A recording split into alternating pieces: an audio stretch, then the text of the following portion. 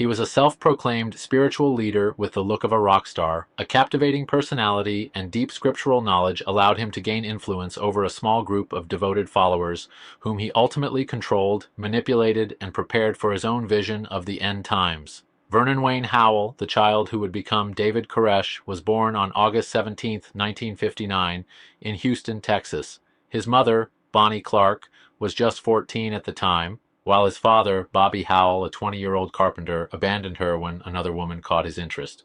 Bonnie later became involved with a man who struggled with alcohol and exhibited abusive behavior. The marriage lasted only 2 years, but they were deeply difficult ones for Vernon, who would later recall mistreatment during this period.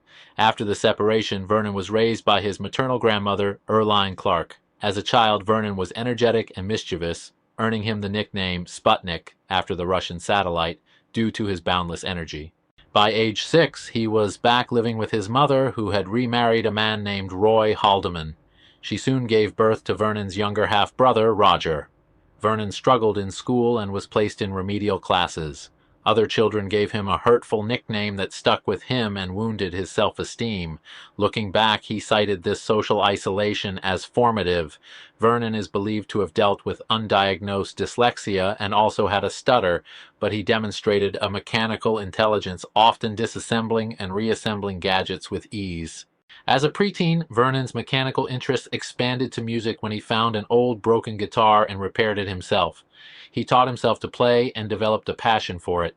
His other major passion was religion. Raised in a Seventh-day Adventist household, he often accompanied his grandmother to church and became immersed in religious teachings. While his peers were exploring typical teenage interests, Vernon was devoting time to reading scripture and watching religious programming. By the age of 10, he could recite long passages from the Bible and would deliver informal sermons at home. He used his love of preaching to help manage his stutter, mimicking radio preachers until he could speak fluidly. He left high school during his junior year and began working as a carpenter in Garland. It was during this time that he started a relationship with a 15-year-old girl. When she became pregnant, her father ended the relationship and warned Vernon to stay away. Heartbroken, Vernon sought guidance from elders at his local church, but was met with anger and dismissal. His insistence on marrying the girl led to both him and his family being expelled from the congregation. Disillusioned, Vernon searched for a new faith community and discovered the Branch Davidians, an offshoot of the Seventh-day Adventist Church based in Waco, Texas. This movement had been founded in 1929 and had gone through several evolutions and leadership changes. By the time Vernon arrived in 1980, Lois Roden, widow of a former leader, was in charge. Vernon's charisma, musical talent, and spiritual intensity impressed Lois, and he quickly became an influential figure within the group. Eventually, they became romantically involved despite a significant age difference. Lois began to promote Vernon as a teacher and speaker, giving him time at the pulpit to share his interpretations. His casual appearance, informal style, and raw honesty were strikingly different from traditional sermons. His open acknowledgement of his imperfections and his dramatic metaphors drew listeners in. He portrayed himself as someone set apart from conventional religion, someone who had a unique spiritual insight. A few months later, Lois claimed to be pregnant with Vernon's child, an announcement she said was part of a divine plan. Although she later lost the baby, she continued to elevate Vernon as her spiritual successor. Many followers agreed, but Lois's son, George Roden, was vehemently opposed. George saw Vernon as a manipulative interloper and fought to retain control of the group. This tension led to a dramatic schism in 1984 when George and armed supporters forced Vernon and his followers out of the compound.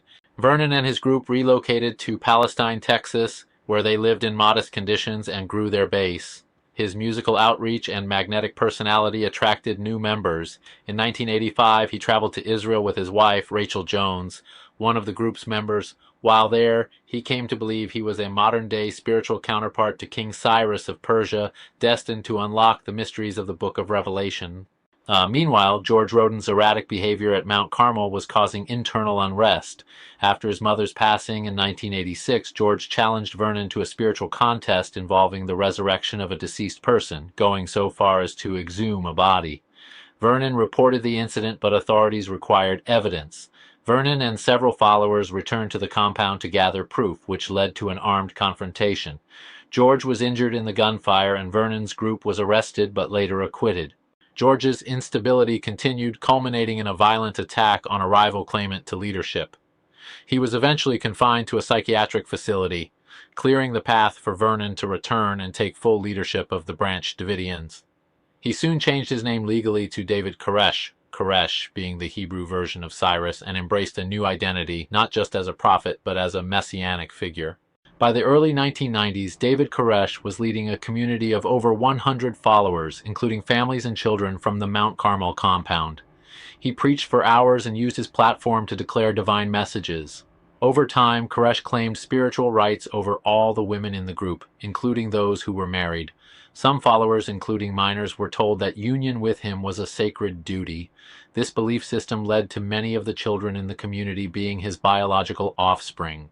Some former followers, including Australians, reported their concerns to authorities after returning home, leading to formal complaints.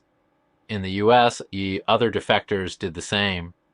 Child Protective Services investigated but found no immediate safety risks. Firearms at the compound were stored securely, and no further action was taken. Over time, Koresh became more controlling and aggressive. When one woman tried to leave with her child, he refused and subjected her to a traumatic experience, which he then described to his followers as a warning. His sermons grew darker, emphasizing themes of final judgment and sacrifice. He warned that an apocalyptic confrontation was imminent, and Mount Carmel would be the battleground. By 1992, the group had adopted a siege mentality, with Koresh teaching that federal authorities were aligned with evil forces. He instructed his followers to prepare for confrontation and began stockpiling weapons. They financed this partly through buying and selling guns at trade shows. Eventually, law enforcement was alerted to the growing arsenal. A package containing illegal materials sparked an 8-month investigation, leading the ATF to plan an arrest. Though they had chances to detain Koresh off-site, they chose a full raid. An undercover agent, Robert Rodriguez, had infiltrated the compound and warned that Koresh knew a raid was imminent, but it was too late. On February 28, 1993, a large-scale operation commenced. Gunfire erupted, though it's unclear who fired first. The standoff lasted more than an hour. Koresh was injured, and several lives were lost on both sides. Following this failed attempt, the FBI took control of the situation. The siege lasted 51 days. Despite the opportunity to surrender in exchange for airing his messages, Koresh backed out, citing divine instructions. As resources inside the compound dwindled, he insisted that their suffering was a test of faith. The FBI increased psychological pressure, including loud noises and lights at night. Eventually, tanks destroyed property around the compound.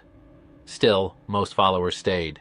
A final negotiation attempt via a defense lawyer failed. Koresh, believing he would not survive surrender, refused to come out.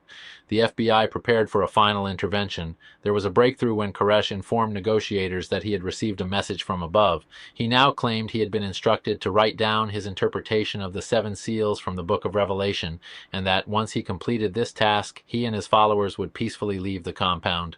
To the negotiators, this was at least something to work with.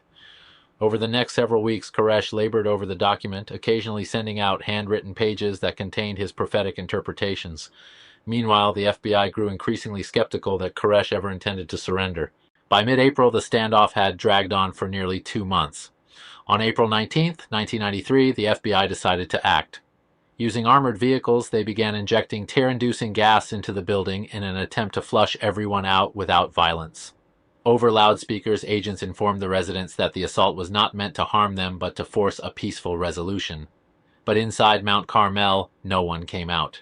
Around noon, a fire broke out inside the compound. Within minutes, the wooden structure was engulfed in flames.